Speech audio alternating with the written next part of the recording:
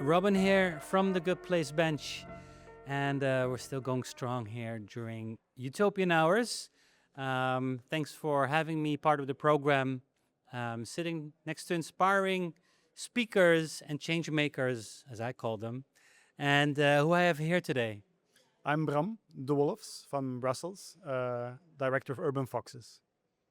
Nice. I like the name of it. What does Urban Foxes do? Well, what we try to do is we try to co-create sustainable and inclusive cities, which sounds very easy, but it's extremely difficult, especially I would say the co-creation part. It's often overlooked because co-creation takes time, energy, and money, and also quite some creativity and skills, I would say. And willingness and openness, exactly. and could be. You're not only operating in Brussels. No. So what we always say is that we work locally. So we think it's very important to act local, also with our local youth. But we think it's also extremely important to have a look, like we say, over het muurtje, across the wall, and have a look at other solutions, inspiration. So we have had the chance and the luck to send over 500 young people abroad to have a peek at how other cities do it. So that's why we work locally, rooted, but still aiming and looking outside of the country. What's triggered me when you just said 500 young people, and who are those young people? Young citizens? They're young people. They somehow come to us. It can be a variety of ways they come to us. There is no typical Urban Foxes youngster. They're not all hyper engaged. Some of them, they come by accident. They follow a friend. Okay. Sometimes they're hyper motivated because they come for internships. They sometimes also come through open calls. Young professionals. Young professionals, starting professionals. Okay. We also have over 150 volunteers. These are people that are either in education or that help us out. So I would say we're a kind of a big, small NGO. So we're quite limited in staff, but we have over 150 volunteers. Locally, yeah. And we also try to connect to them through European projects, collaborate, right. And get them involved somehow. Yeah. Nice. Because that's the main mission of Urban Foxes to create cities for a next generation? Yeah, or the current generation. Generation. Yeah, because we always talk about the next generation. It's a growing up generation. Yeah. I always think that overall people are not really involved in city making. And I think this is also maybe what Utopian Hours wants to do. They want to make city making more inclusive, more known. And I think when it comes to city making, it's still very much top down, where cities decide and they look for outsourcing it to a landscape architect or a company. And then if there is some sort of participation, it's more like information, consultation, but hardly ever actual co-creation. Okay. So that's what we try to aim for. Within which field, sorry? Or through the line?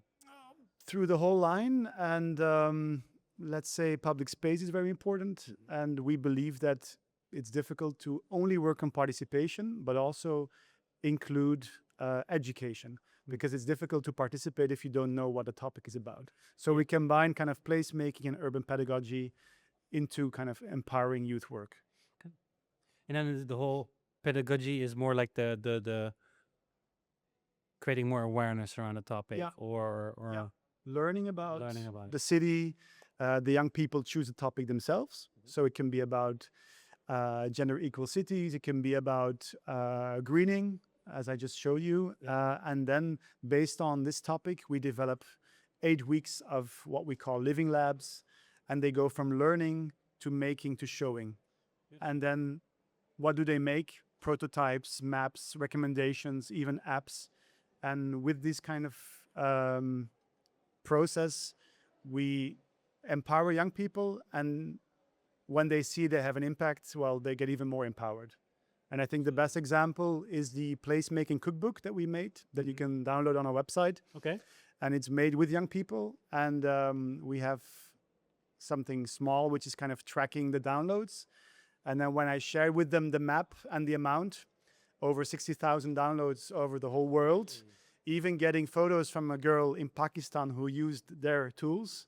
Well, I still get goosebumps from it. Wow. Then they really understand what they are doing, because public space is for them still quite, abstract, and especially placemaking tools. What is that? And how do you reach those youngsters, or at the others? Well, it's not per se youngsters, right? That you reach, but people that download. How do you reach them at the other side of the world? Yeah, I think thanks to social media, internet enables us to have an impact. Right. But how would we find these youngsters? That's an often asked question, and I always say it's a mix of different strategies. I would say posters and flyers don't really work. Social media works a bit, but what really works is going to schools, going to youth organizations, and explaining the project. And then you have, of course, a word of mouth. Yeah. So if you're doing good work, people will know, and they will bring their friend. And then we also we learned that some young people had to choose between their student job or come to us. So we decided to pay them as young researchers. So they're paid as volunteers at Urban Foxes. Such an interesting, I would say program, but I mean, it starts with, like the topic, the living lab, creating something tangible. Exactly. Trial makes people understand and being convinced that something works, right? Yeah. Because in there, and then they become an ambassador, and then they Exactly. And we the try baton to, further. of course, it's linked to sometimes chance that we have actual physical placemaking projects or assignments that we can involve them, which is super fun. But then we also have these European mobilities. And then, of course, we have the fun aspect. We don't believe that people like to do surveys. No. So we try to make it fun. Yeah. They have made a Tinder app where people can swipe yes or no on a place. And that way you have a lot of, let's say, surveys, but in a fun way. Yeah. And now they have developed a beta version of an app where they can just go out and evaluate a place based on their criteria. So it's ongoing, but it can also be a podcast walk where you can become a homeless person. It can be a recommendation map for gender equal places. So I think all in all, it's one big lobby exercise without losing the priorities of involving youth in the process. So it's youth work, but not for the sake of youth work. It's also with the aim of having an impact on cities. Yeah. Now and in the future. Yeah, exactly. And how do you define the topics? I mean, is that also part of the connection that you have with your network of youth? Yeah, so Because a lot of topics today and tomorrow during Utopian Hours are probably, you might have a solution to all of them. yeah, well, solution, we try, we fail Idea. sometimes and ideas. But I have to say, when it comes to Utopian Hours, I would say what is very relevant is the public space and the third spaces. And this is something that we found out through our discussions and our contact with young people, that they really, really lack spaces. Yeah. Not only physical, but also feeling welcome in places. We see that in our society nowadays, you have to consume to be welcome in certain places. Young people are also involved in how places look like. Yeah. So now with our new program, Ruimtepioniers, Space Pioneers, we have 15 young people who work on both of these levels. And in the mission, they work on actual public spaces and tools. So this is kind of their mission. They go out and they help a library to create a youth-friendly space. And with the launch, they help other young people with ideas, but without space. So we connect a person that wants to do a podcast on well-being. We connect them to an organization that had a podcast studio. If someone wants to do a party, we connect them to our music partner. So this is a way for them, for us to open the door, matchmaking, exactly. Yeah. So this is the space that really comes from their need, actually. And then the other ones are obviously also, greening. Which city doesn't lack green? And there are also the obvious topics, but I would say 90% of the times it comes from them. Yeah. I mean, you already get goosebumps. You're making already quite some impact here. But what does it? Your dream is not a utopia. Ooh. Not an utopia. Well, you sometimes see things happening, Yeah. but you have to also celebrate the victories, even though they're small. And I think people get used to things quite quickly. Like when I did an activist intervention with a group of people, was called Picking the Streets. People said, "Well, this street will never be car free." And then when it happens, people cannot believe it was a highway. So I think people, in my experience, see space as something dynamic, not as something dynamic, as something static. But when it changes, they also are unable to see the past. Yeah. So I think people are maybe inclined to not believe in it. And that's what we try to do, I think, with our young people, is to dream. Yeah. And hopefully also transform. But I think the dreaming phase is very important. And then experiment. Yeah, experiment and then Pilot. try to, get something through. And a pilot, like you said, I think I also just said it during my talk to young urbanists. I think if you can get a pilot, you're almost there. Because once people experience something nice, they don't want to go back. Exactly. Yeah. It's still my aim to get a good place bench somewhere. This is experimenting. Yeah, I need to have it somewhere in the public space there for a while. Yeah. Maybe I need an army of youngsters.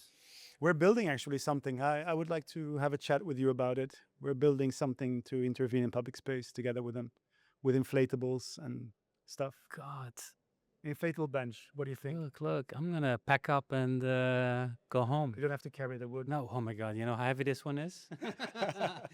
It's furthest went to Italy. Really? Yeah. Okay. My back is already completely ripped apart. It's now with For you. tape. Yeah. For you. But again, you at least tried. Yeah, we try. I think, sometimes it's hard. I'm not gonna sugarcoat it. Yeah. There are moments when you get fed up with things and you don't believe, or people drop out, or these things happen, and you try to make best of it. But I think it's about trying in the end, and trying to do the good thing. Yeah. Well, trying to do the good thing. I mean, the final question of every interview is about what is a good place, or how can we create a good place? And I think to put that in context of your story, it's trial. It's inviting people to do something about it and being involved. But I'll let you answer it. What is a good place to you, or what needs to be done to create a good place? I have two things in my head. I don't know if anyone ever answered it in on your bench, the Jane Jacobs quote, that cities can be for everyone as long as everyone can have something in the city. It's not the right quote, I know it, but it means that the city can be for everyone as long as you can give a part of you to the city, and it's a part of you. But then the other part, I would say, I think a good public place is a place where you would get people out of the silos. Because I think if you look at cafes and cultural centers, sometimes we still stick in our bubble. And I think a good public space will bring people together outside these silos. Yeah. And then I have to think about one of our first projects where we did a pop-up petanque that we just opened as an alternative for a parking space. Yeah. And what we saw there was that we had Chinese tourists playing together with the Roma kids. And this moment was for me like an aha effect, saying, okay, this is what we try to reach. We want to, and then we saw that play, for example, is one powerful thing. Yeah. And then maybe to conclude is the definition I always tell to my youngsters and to people that come to our courses, is that a good place should have at least 10 things that you can do there. Going from sitting, like the bench, talking, sharing a coffee, looking at people, walking your dog. So I think the more activities, the better, as long as you don't intervene in someone else's freedom. Right. Like with, I would say, music, strong music, loud music, littering, etc. There needs to be space to breathe. Yeah. For people to find their own way and pick up what they like doing most. Yeah. Bram, thank you so much. Thank you. This was a very super inspiring talk. Thank you. My mind is like going all over the world. Glocal. My mind is going glocal. That's a nice Glocal. quote. I'm getting glocal. I see a button here. Well, thanks everyone. I hope you enjoyed this conversation. Definitely find the details below of Urban Foxes and Bram here and their amazing projects. If you're a youngster out there, you want to be involved, I'd say join this movement. It's what is needed to be happening now and in future. So be involved. Have a nice day and talk to you soon. Ciao.